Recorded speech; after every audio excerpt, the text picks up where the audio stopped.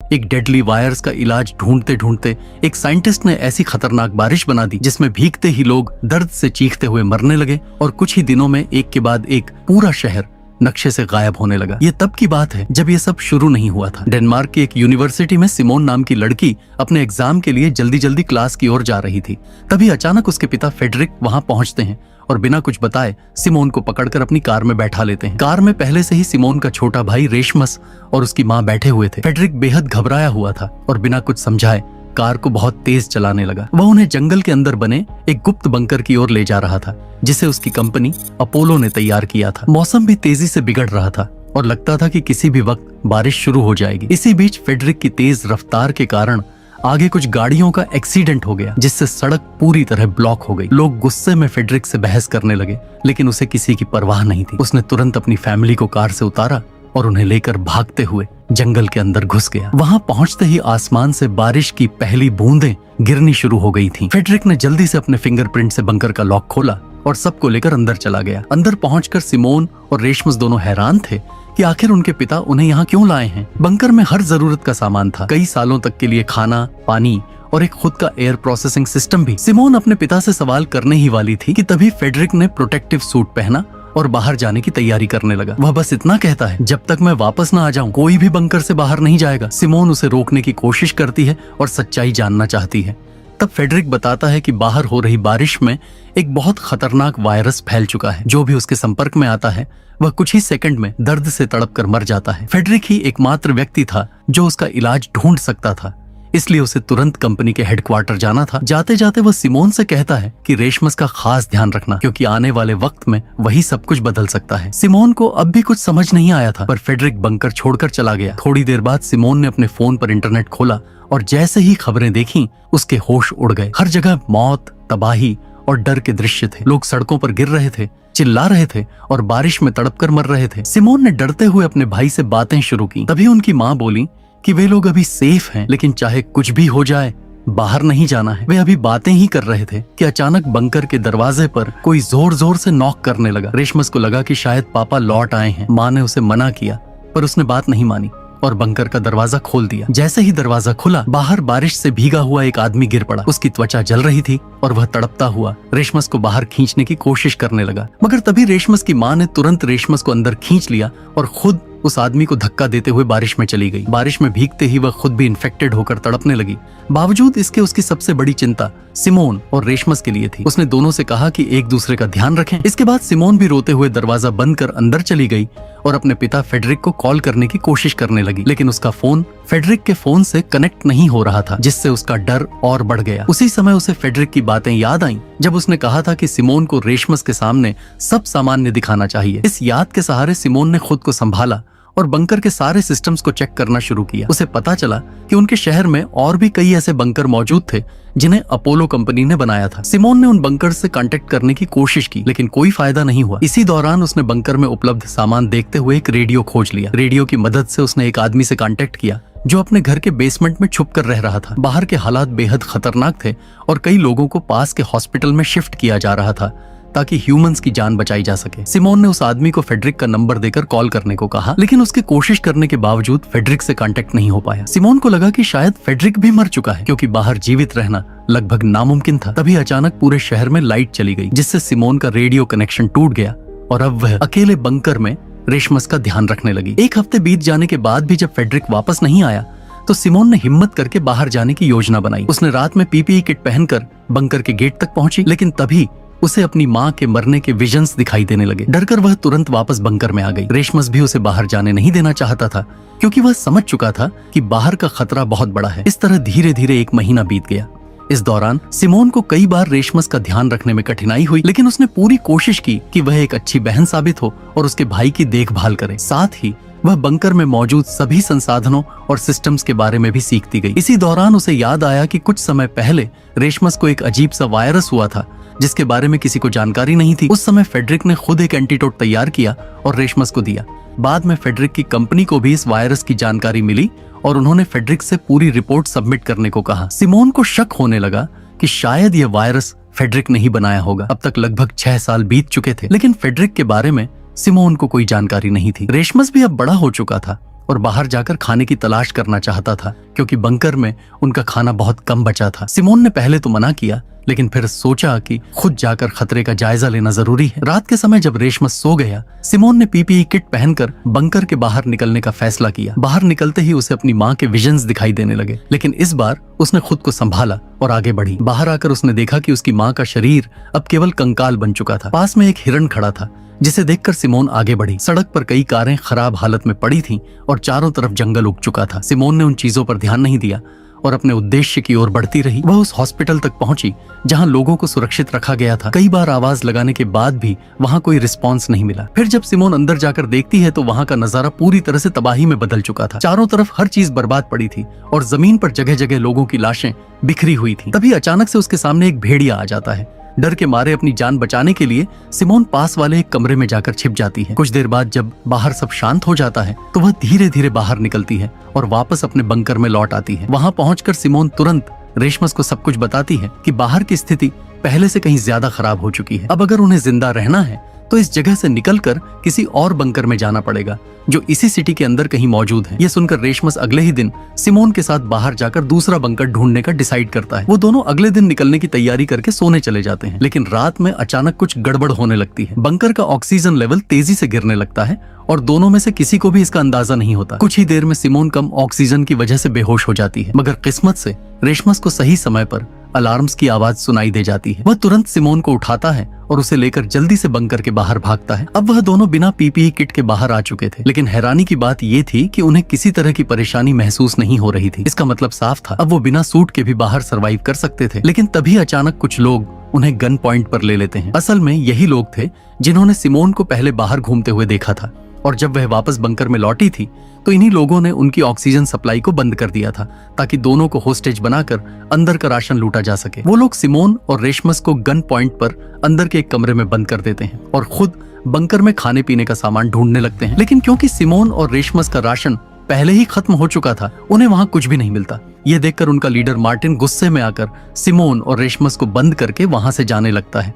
अब अगर वो अंदर ही बंद रहते तो उनकी जान पक्की चली जाती। इसलिए सिमोन एक गिलास पर लिखकर बताती है कि उसे पता है कि खाने का स्टॉक कहाँ मिल सकता है। इतना लिखने के बाद वह जानबूझकर उस पैड को तोड़ देती है जिसमें बाकी बंकर्स का नक्शा था। अब मार्टिन के पास कोई और चारा नहीं था, क्योंकि अगर उसे राशन चाहिए था तो उसे सिमोन और रेशमस को बाहर निकालना ही पड़ेगा, क्योंकि बाकियों की लोकेशन सिर्फ सिमोन के दिमाग में थी। इसी बीच मार्टिन की नजर सिमोन पर जाती है और वह अपने पुराने दिनों को याद करने लगता है। जब वह एक सोल्जर हुआ करता था, उस वक्त उसे आदेश मिला था कि वह एक ब्रिज पर तैनात रहकर उस शहर से किसी को भी बाहर जाने न दे, ताकि इन्फेक्शन फैल न सके। अगर आप यहाँ तक पहुंच चुके हैं, इसका मतलब आपको कहानी अच्छी लग रही है, इसलिए एक लाइक और सब्सक्राइब तो बनता है। लेकिन एक दिन ड्यूटी के दौरान मार्टिन को एक औरत दिखती है जो अपने बच्चे को गोद में लेकर ब्रिज के नीचे से दूसरी तरफ जाने की कोशिश कर रही थी। मार्टिन उसे रोकने के लिए हवा में कई शॉट्स फायर करता है, लेकिन वह औरत नहीं रुकती। वो हिम्मत से शहर के बाहर निकल जाती है। उस वक्त मार्टिन ने उस पर दया दिखाई थी, इसलिए उसने उसे गोली नहीं मारी। कुछ देर बाद उसके साथियों ने उसे पास के टेंट में बुलाया जहां सब सोल्जर्स रह रहे थे। वहां जाकर मार्टिन को पता चलता है कि वही औरत जिसे उसने जाने दिया था दरअसल इन्फेक्टेड थी, और उसके जाने के बाद से टेंट में मौजूद कई लोग इन्फेक्शन की वजह से मर चुके थे। यह सुनकर मार्टिन टूट जाता है। उसके आखिरी साथी की मौत के साथ ही उसका सब्र भी खत्म हो जाता है। उसी पल उसने ठान लिया कि अब वह कभी किसी पर भरोसा नहीं करेगा, चाहे वो किसी भी हालात में क्यों ना हो। अब उसके लिए सर्वाइवल ही सबसे बड़ा नियम था। इतनी बातें याद करने के बाद मार्टिन प्रेजेंट टाइम में वापस आता है और सिमोन की डील को एक्सेप्ट करने से साफ इनकार कर देता है। लेकिन उनके पास खाने का कुछ भी नहीं बचा है और बिना फूड के वो ज्यादा दिन तक सरवाइव नहीं कर पाएंगे। ये सोचकर आखिरकार मार्टिन को सिमोन की बात माननी पड़ती है। वह सिमोन और रेशमस को आजाद करवाकर अपने साथ बाहर ले जाता है। कई सालों बाद जब सिमोन और रेशमस बंकर से बाहर निकलते हैं तो बाहर की हवा और रोशनी देखकर दोनों के चेहरे पर राहत झलक उठती है। इतने लंबे समय बाद बाहर आना उनके लिए किसी चमत्कार से कम नहीं था। थोड़ी देर बाद जब वे मार्टिन और उसकी टीम से बात करते हैं तो उन्हें पता चलता है कि अब दुनिया में फूड और वाटर की इतनी कमी हो गई है कि लोग जिंदा रहने के लिए इंसानों को भी मारकर खा रहे हैं। ये सुनकर सिमोन और रेशमस दोनों के होश उड़ जाते हैं। तभी अचानक कुछ दूर एक और ग्रुप नजर आता है। वो लोग अपने थर्मल सेंसर ड्रोन से इलाके में इंसानों को ढूंढ रहे थे ताकि उन्हें पकड़कर मार सकें। ये देखते ही मार्टिन ने झट से सबको एल्यूमिनियम फॉइल से ढक दिया, जिससे उनकी बॉडी हीट ड्रोन कैमरा में दिखाई न दे। लेकिन पास में ही 2 और सर्वाइवर्स मौजूद थे, जिनमें से एक लड़की भागते हुए सिमोन और बाकी सबके सामने आ जाती है। सिमोन उस लड़की की मदद करना चाहती है, लेकिन मार्टिन साफ मना कर देता है। वो कहता है कि किसी अजनबी की मदद करना उनकी पूरी टीम के लिए रिस्क बन सकता है। पर उसी वक्त उसकी टीम में मौजूद लड़की बीटी सिमोन का साथ देने लगती है। दोनों बिना कुछ सोचे उस औरत की जान बचाने के लिए उसके पीछे भागते हैं। वो औरत भागते भागते एक छोटी सी रिवर के पास फिसल जाती है और नीचे गिर जाती है। वहीं पीछे पीछे आए कुछ लोग उसे जान से मारने ही वाले होते हैं, लेकिन ठीक उसी वक्त मार्टिन वहां पहुंचता है और बिना देरी किए उन दोनों आदमियों को शूट कर देता है, क्योंकि चाहे कुछ भी हो मार्टिन अपनी टीम का साथ कभी नहीं छोड़ता। लेकिन वाटर में गिरने की वजह से इन्फेक्टेड हो चुकी है। उसे देखकर मार्टिन को मजबूरन उसे भी शूट करना पड़ता है। सिमोन के लिए यह सब बहुत झटका देने वाला था। तभी उसे समझ आता है कि जमीन पर रहना तो सुरक्षित है, लेकिन बारिश या रुके हुए वाटर के संपर्क में आना अब भी बहुत बड़ा खतरा है। यहाँ तक कि जरा सा भी कांटेक्ट उन्हें इन्फेक्ट कर सकता है। इस घटना के बाद सिमोन सबको लेकर एक और बंकर की ओर निकलती है, जिसकी लोकेशन उसे याद थी। वहां पहुंचने में उन्हें लगभग 1 दिन का समय लगने वाला था। रात होने से पहले सब एक पास के घर में रुकने का डिसाइड करते हैं। घर के अंदर उन्हें मरे हुए हंटर्स के कुछ हथियार, कपड़े और थोड़ा बहुत सामान मिलता है। इसके अलावा वहां कुछ बोतलें क्लीन वाटर की भी रखी होती हैं। ये देखकर जॉन अपनी बीमार साथी लिया को वो पानी पिलाता है। उनकी आपसी केयर देखकर सिमोन के चेहरे पर मुस्कान आ जाती है। पहले तो वो बस उनके सहारे अगले बंकर तक पहुंचना चाहती थी, लेकिन अब उसे महसूस होता है कि ये लोग बुरे नहीं हैं। धीरे धीरे सिमोन का मन सच में मार्टिन और उसकी टीम की मदद करने को तैयार होने लगता है। अगली सुबह सब सफर फिर से शुरू करते हैं। रास्ते में अचानक रेशमस का पैर एक पानी से भरे गड्ढे में चला जाता है। ये देखते ही मार्टिन तुरंत अपनी गन निकाल लेता है और उसे शूट करने वाला होता है, लेकिन तभी सिमोन बीच में आकर उसके सामने खड़ी हो जाती है और उसे रोक लेती है। वो तुरंत रेशमस का जूता उतारती है और उसकी सॉक्स चेक करती है। हैरानी की बात यह थी कि वो पूरी तरह सूखी थी। दैट मीन्स रेशमस का जूता वाटरप्रूफ था और उसे किसी भी तरह का इन्फेक्शन नहीं हुआ था। ये देखकर मार्टिन चैन की सांस लेता है और अपनी गन नीचे कर देता है। फिर वो सब मिलकर अपनी यात्रा जारी रखते हैं और आखिरकार उस दूसरे बंकर तक पहुंच जाते हैं। वहां सिमोन के फिंगरप्रिंट से दरवाजा खुल जाता है। अंदर का नजारा देखकर सबके चेहरे खिल उठते हैं। वहां खाने पीने का इतना राशन था कि वे लोग सालों तक आराम से जी सकते थे। सब खुशी से झूम उठते हैं और पेट भरकर खाना खाते हैं। लेकिन सिमोन को अंदर कुछ बेचैनी महसूस होती है कि उसे मार्टिन और उसकी टीम पर भरोसा नहीं है। पता नहीं कब वो उसे जान से मार दे। इस बारे में जब वो सीधे मार्टिन से बात करती है तो मार्टिन उसे समझाता है कि सिमोन पिछले 6 ईयर्स से बंकर के अंदर थी, इसलिए उसे बाहर की दुनिया और लोगों के हालात के बारे में कुछ नहीं पता। मार्टिन असल में एक अच्छा इंसान था, लेकिन प्रेजेंट टाइम ऐसा था कि किसी पर भरोसा करना अब आसान नहीं था। फिर भी सिमोन ने उसकी चेतावनी को नजरअंदाज कर दिया और अंदर बंकर में चली गई। वहां वह देखती है कि एक फोन चार्ज हो रहा है, जिस पर उसकी और रेशमस की बचपन की फोटोज लगी थी। ये फोन असल में सिमोन के पिता फ्रेडरिक का था, जो पुराने बंकर से निकलकर इस नए बंकर में कुछ समय के लिए आए थे। सिमोन तुरंत ही रेशमस के साथ उस फोन को चेक करती है। वहां उसे फ्रेडरिक की एक वीडियो मिलती है, जिसमें वह बताता है कि वह स्वीडन के एक हेडक्वार्टर में इस इन्फेक्शन का क्योर या एंटीडोट बनाने के लिए जा रहा है। सिमोन के दिमाग में तुरंत विचार आता है कि उसके पिता शायद अब भी जिंदा हैं, इसलिए वह रेशमस के साथ स्वीडन के उस हेडक्वार्टर जाने का फैसला करती है। सिमोन ने यह बात मार्टिन को भी बताई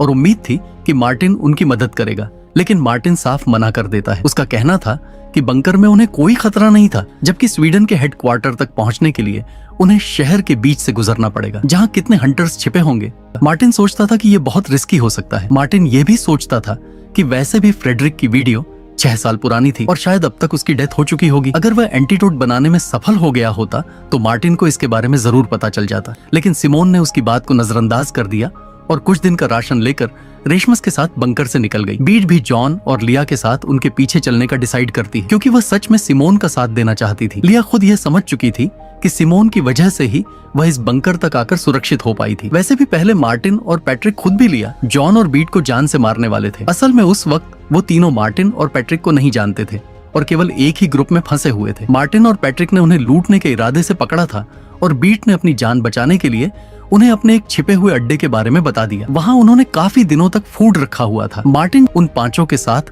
उस जगह पर जाता है। वहां वे सभी मिलकर खाना खाते हैं और सच में उन्हें साथ रहकर काफी अच्छा लगता है। रात में बीट मार्टिन से अनुरोध करती है कि वह उन्हें प्रोटेक्शन प्रोवाइड करे। मार्टिन उस पर मान जाता है और तब से ही वे सभी साथ रहते हैं। प्रेजेंट टाइम में सिमोन और रेशमस को यह नहीं पता था कि जॉन, लिया और बीट उनके पीछे आ रहे थे। वे शहर के पास पहुंचते हैं। रास्ते में उन्हें एक बस दिखाई देती है जो आगे के रास्ते को ब्लॉक कर रही थी। दोनों थक चुके थे, इसलिए बस में थोड़ी देर आराम करते हैं, लेकिन थोड़ी देर बाद उन्हें बाहर कुछ लोगों की परछाई दिखाई देती है। दोनों डर से वहीं सन्न रह जाते हैं। तभी पता चलता है कि वो लोग बीट, जॉन और लिया थे। सिमोन को बहुत अच्छा लगता है और वह उन्हें बंकर में सुरक्षित रहने के लिए कहती है, लेकिन तीनों तय कर लेते हैं कि सिमोन के साथ ही रहना है। वे पास के किसी सुरक्षित स्थान पर पहुंचते हैं और खाना खाने लगते हैं, लेकिन तभी वहां बहुत सारे हंटर्स आ जाते हैं। उन्हें तुरंत वहां से निकलना पड़ता है। भागते हुए सिमोन अलग हो जाती है और रोड पर एक जाली के पास पहुंचती है जिस पर कई मिसिंग पर्सन्स के पोस्टर्स लगे हुए थे। ये देखकर सिमोन को बहुत बुरा लगता है। जाली की दूसरी तरफ वह एक छोटा बच्चा देखती है जो अकेला था। बारिश जल्दी ही शुरू होने वाली थी। अब उनके साथ क्या होगा और क्या यह सब बारिश होने से पहले किसी सेफ जगह में पहुंच भी पाएंगे या नहीं, जानने के लिए लाइक और सब्सक्राइब जरूर करें। मिलते हैं अगले वीडियो में।